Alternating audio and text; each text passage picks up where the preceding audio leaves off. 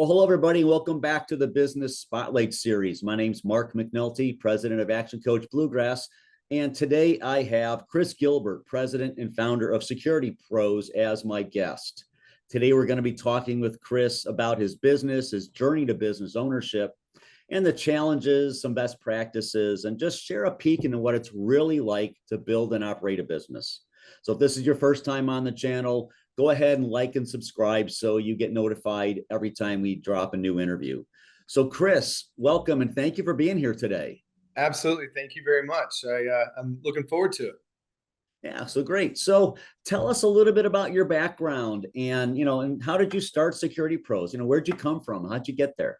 Well, that can be a really long story or a short one, but I can definitely tell you that I'm Southern Indiana born, grew up on a farm, and all we knew was to work hard and do that sort of thing. So I got into corporate life in this industry back in the late 90s and kind of worked my way up through an organization.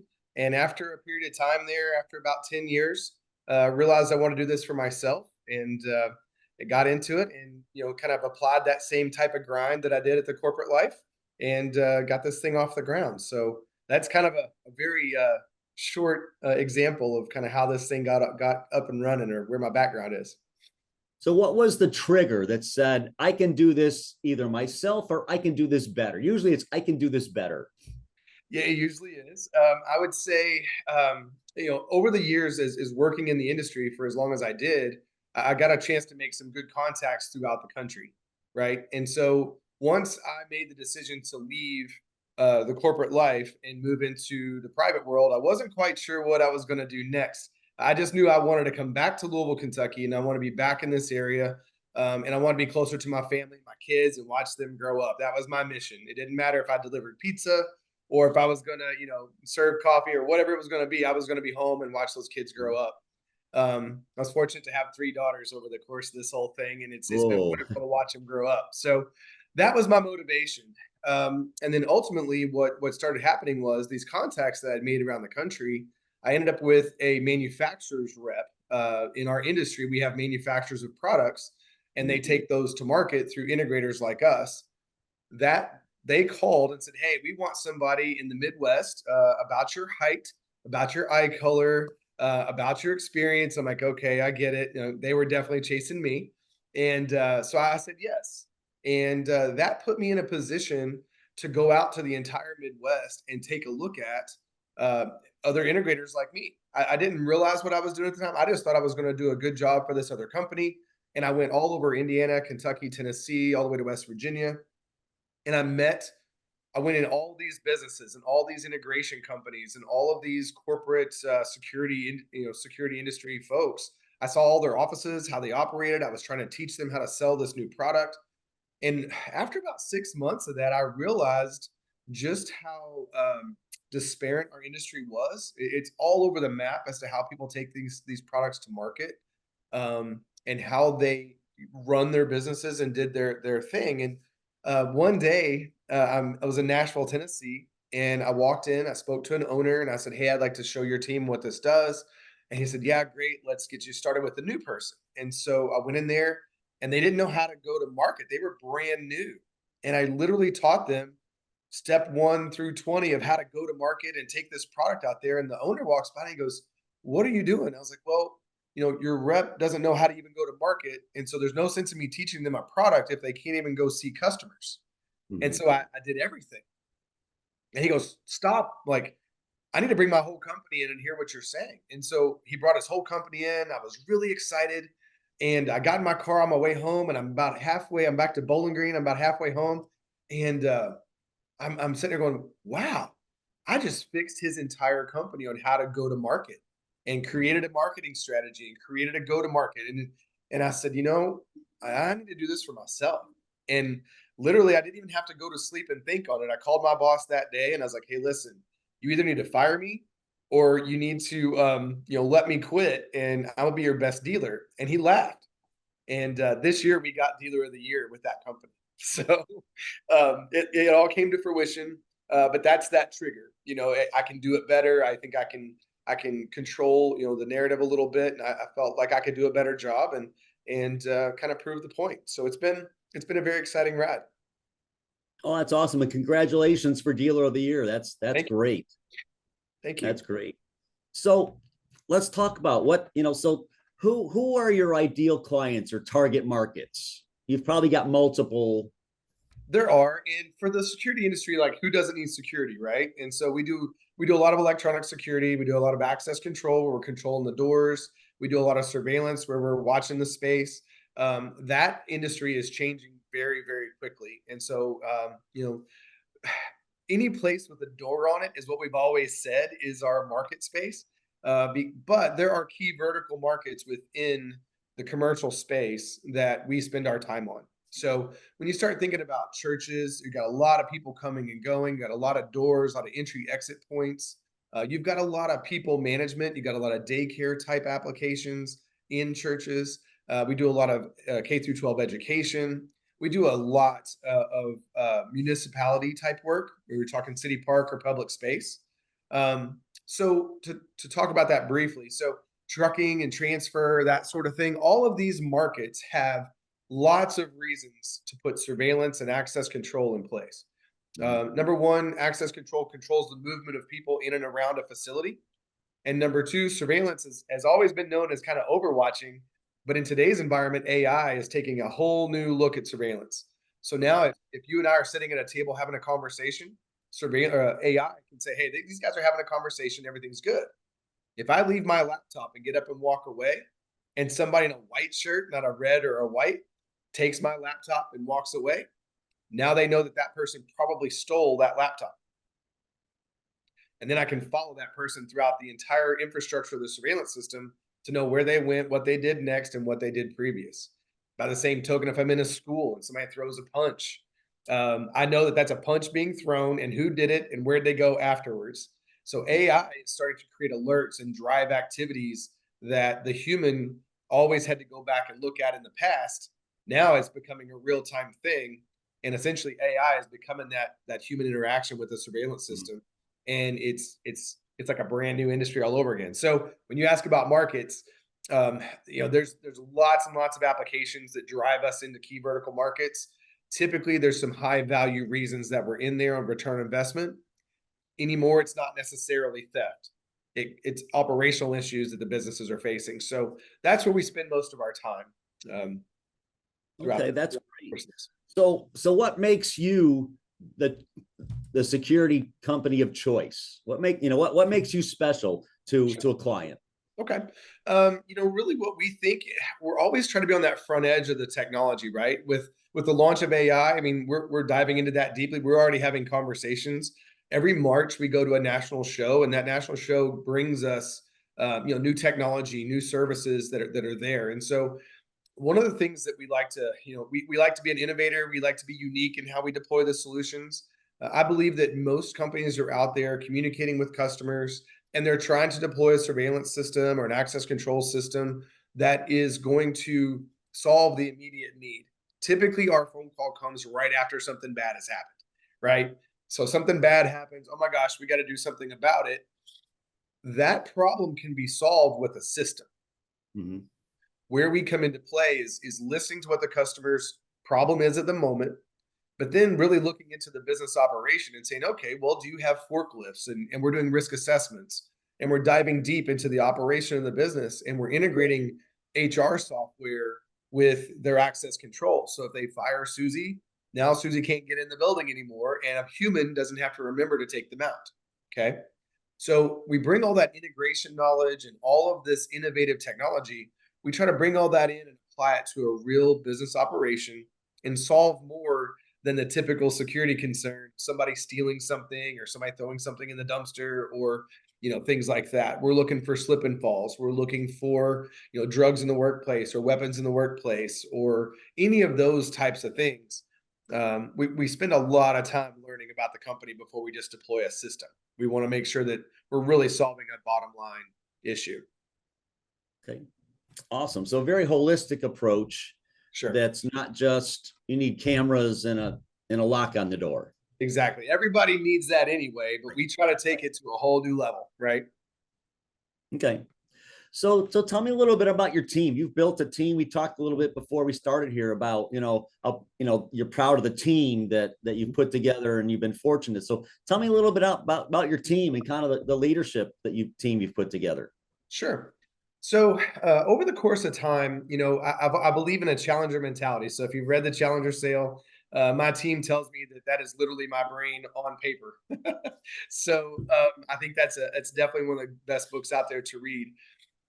What I've learned over the course of time is I've brought some good people in. We hired for character early on. And literally, it started with one person, and that was me. Like, I sold the systems, I installed them, and it led to where we are today, nearly 30 employees, two different branches, and we work globally. So it's pretty exciting to see that shift. What I realized later on, after a couple failures, we've had plenty of that. Um, Giving people enough room to fail has allowed us to build some strong people. Okay. So in the very early stages, it was me. I would sell a job, then I had to put it into our billing system. I had to bill the customer, I had to do all the install, a lot of heavy lifting. When I met someone that once we met started meeting some people trying to hire on folks, I made all the mistakes of corporate America and I tried to make them fit into a box and do all these things. In reality, if I hired a person that was willing to work with good character and had the same type of values as me, we could cover a heck of a lot of ground with just a couple of us. And then by letting that person have some time to fail, it got stronger and better. So over the over the years, there's been lots of that come into my world. Old contacts that just want to come work for us. Most people that come work for us have found us online, saw our culture, understood what we're trying to do, and they come to us. We don't post, we posted out, we've got some positions available. But realistically, a lot of people have come to us through internal referrals from our existing employees over the years now that we have more of them on staff. So we have a leadership team at the top that essentially goes out and it has been with me for years and years, and they know, kind of know what to do. And as they're bringing people on, we have a core team that supports our branches and our national and global work. All those folks have had enough room to where they run that department and they have enough room to kind of fail and make mistakes and try some things. And that's built a culture of innovation, right? That's what we really feel like is really holding that team together. So um, we spend a lot of time on personality assessments and how that fits in the role, communicating to that employee and working with them to apply their personality into the business and into that particular role. We spend a lot of time on that, and we've had a lot of people move around. They realize they don't fit in that particular bucket anymore. Maybe they need to shift a little bit and get them into the right role. Doesn't mean they don't belong with us, but it only means that they move into the role that fits their personality the best. And that's been very powerful for us to be able to shift not only our technology, but how we bring people on and how we coach them up over the course of time. So Okay. hopefully that. So you're Yeah, no, so great. So your role is president. So what's your role, active role in the company now? What as president, what do you do? Yeah. So, for years and years, I tried to buck the system. Everybody said, hey, it takes 3 years to really get 3 years, you're going to make a decision whether you're going to have a business or not, and all this stuff. I'm like, oh, there's no way I'm going to blow that out of the water. And well, it takes 3 years. I don't care what anybody says. And so I tried to beat the system. I tried to go faster than everybody said it would go. I started the business during a recession. It was absolutely the hardest thing I could do. Everybody said don't do it, and I did it, and somehow we made it through. But in today's environment, everybody's wanting to work on their business, not in their business, and that's a really hard thing to understand. Sometimes it's really hard for folks to understand what that transition looks like, because most business owners start a business and then they create themselves a job, and now they're doing their job and they go there every single day, and then they get to the end of that. It's okay. I want to sell and retire, and maybe there's no value there, right? So I know I'm kind of doing a coaching job at the moment, but realistically, where I'm at today is I'm working on the business, not in it. So I'm in a position of being able to innovate the products and services that we sell, and I spend a lot of time within the industry. And so I get to go to a lot of our national shows. I'm brought in by the manufacturers to do like panels and things like that at our big national shows. I do a lot of interviews. I'm actually starting to do a little bit of consulting, and we've opened up a franchising arm to look for franchises or acquisitions because there's a lot of business owners out there like me that they're still selling and installing just like they did when they first started their business, and they're trying to figure out what to do next. My team literally has the ball. So my team is running the business. They're doing all the things. I coach them. I spend time with them working on different initiatives throughout their business operation. I'm getting ready to jump on a call here in a second, and we're going to lay out a new role and that we're going to implement to help our customers better. And so we're going to spend some time kind of implementing what that looks like. So I would tell you that right now, I really am a president. I really am going in and looking at what each individual role is doing and how it's affecting it. And I'm spending more time working on it, but not necessarily in it. I'm not managing, I'm managing general managers and a core staff of leaders, but that's really about it. I'm not in the necessary weeds every single day like I was. So that's a hard transition. It's a really tough transition, but it's one that you got to keep pushing for and keep looking at. Otherwise, you'll never get there. Right. So over the years, and you've mentioned failure, you've mentioned challenges and stuff. So what's a memorable roadblock or challenge that you had to overcome on the journey? What really sticks out? There's a big one, and I'm going to take it. It's 100% my mistake. We built the business up, so we founded the company in I founded the company in October of 2009. By the time we got to 2015, things were moving along pretty good. I was still the only salesperson, right? Mm-hmm. And so I'm the only salesperson, but I was managing 600 customers, and I was selling. I was doing very, very well, and I had a really big month. I sold almost a whole previous year in 1 month, and I'm Oh, like, okay. And I literally almost had a nervous breakdown. I was like, oh my gosh, I am exhausted. Like I am just done. And so I made the move to hire a general manager and to put some people in place. And we just kind of did it all at once. Let's add some salespeople. We had the money, we were able to grow, and we added a bunch of people and we got everybody moving. I made the mistake of jumping out too soon, right? So I get in there, I'm like, okay, you got the ball, I'm out. And they're like, okay. And they just started doing whatever they wanted to. And I literally was so far removed from the business in that transition that I broke it. And mhm. so we went from 5 employees to 18. And then after about 6 months to a year, I started seeing the writing on the wall. And I'm like, okay, what is going on here? And things were unraveling left and right. And literally, we went from 18 back to 4. Mm. And so that moment was very pointed for me. And so what ended up happening in that situation was some of the employees, they started getting rid of folks and because they were trying to save money, they were making the decisions they thought they needed to make, but we weren't going to grow because there was no vision. The vision was on a softball field somewhere with their daughter, right? And so I was not part of where we were going, and it caused a serious problem. And so, the thing was, 12 months later, I'd put all the people back in place, and we had sold almost twice the business that we were selling the year before, just because I reapplied myself to the business. And I vowed at that point from 16, 17 on, we would never do that again. And so over the past 5 years, I've been making that same transition again. We recently added the general managers in Southern Indiana and Central, but I'm still 3 years from being able to really get loose of that. I know it's going to take a little while for them to kind of settle into position.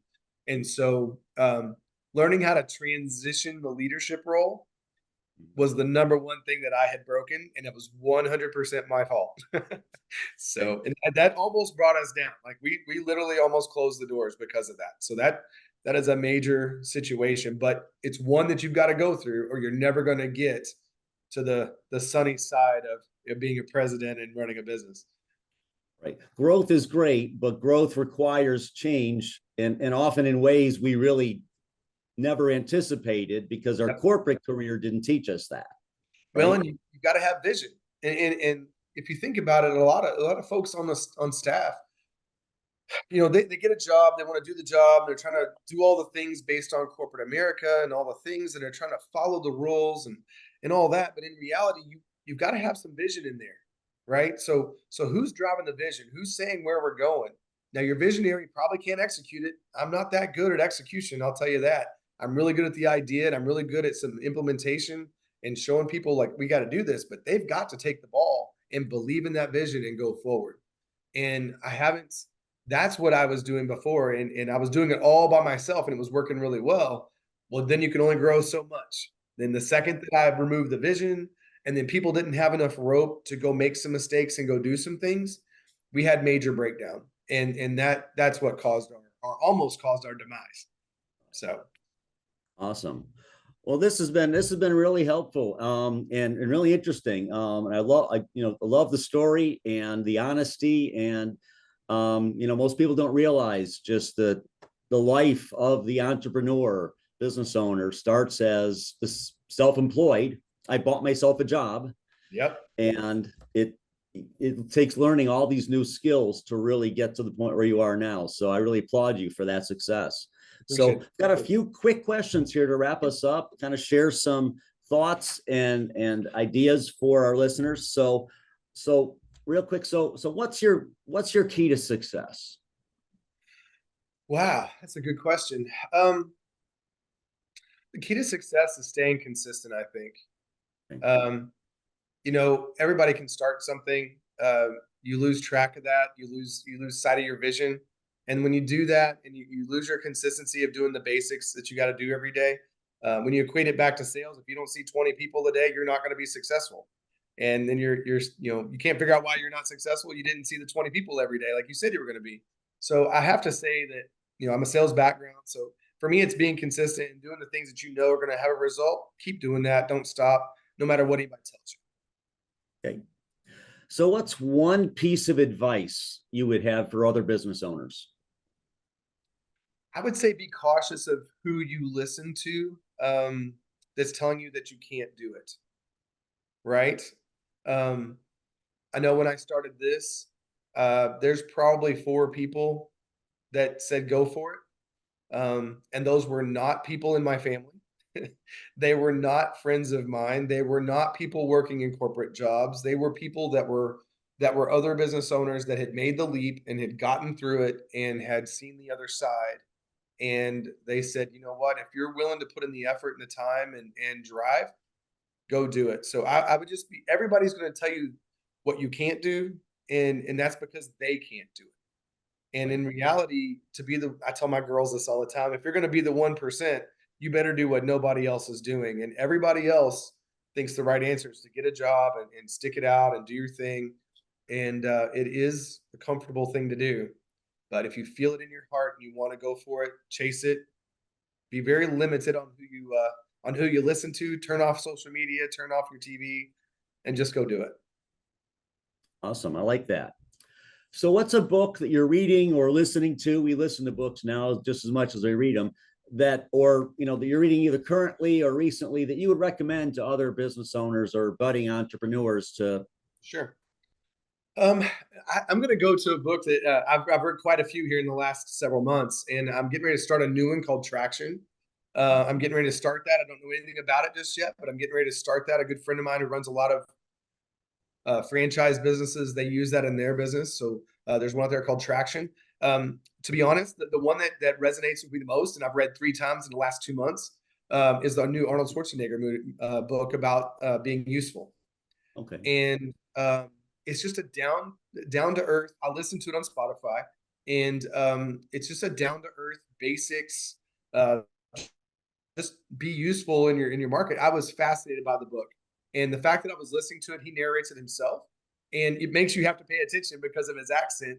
Right. But honestly, whenever I make a book that I just can't get it, I come back to his and I read it again and again, and it's sort of a core human being. Let's go do something important today type of book, and it's meant a lot to me, and it's helped me kind of take it to the next level. Okay. Awesome. Okay. So second to last question here. So if you could choose one area of your business to improve tomorrow, what would it be? Well, that's why I'm reading the book called Traction. It's getting true traction and taking an idea and making sure that it's actually going to impact the customer, right? So I want to make sure that we're gaining traction in order to make change actually happen. We can talk about it all day. We can say it's amazing, but if I can't get it out of my head and into my team and into the client, then we're not doing anything. There's literally nothing but an idea at that point. So for me, it's ensuring that we're getting traction at all levels as we implement change. Okay, awesome. So before I get to that last question, so how do people, if people are interested, listening to this, are interested in finding out about more about, meeting with you and getting on, what's the best way to do that? Website, social media, what's the best way? Really both. Obviously, we're on all the social channels. So LinkedIn is a big place to meet our team and see a lot about us. It's security. Our website is securitypros-usa.com. You can read all about our story. You can see our team there. You can learn a little bit about technologies and different markets that we work in there. But we're on all the socials, Facebook and Instagram, all that. So definitely check us out there. Okay, awesome. All right, so my last question for you today, Chris, what inspires you the most right now?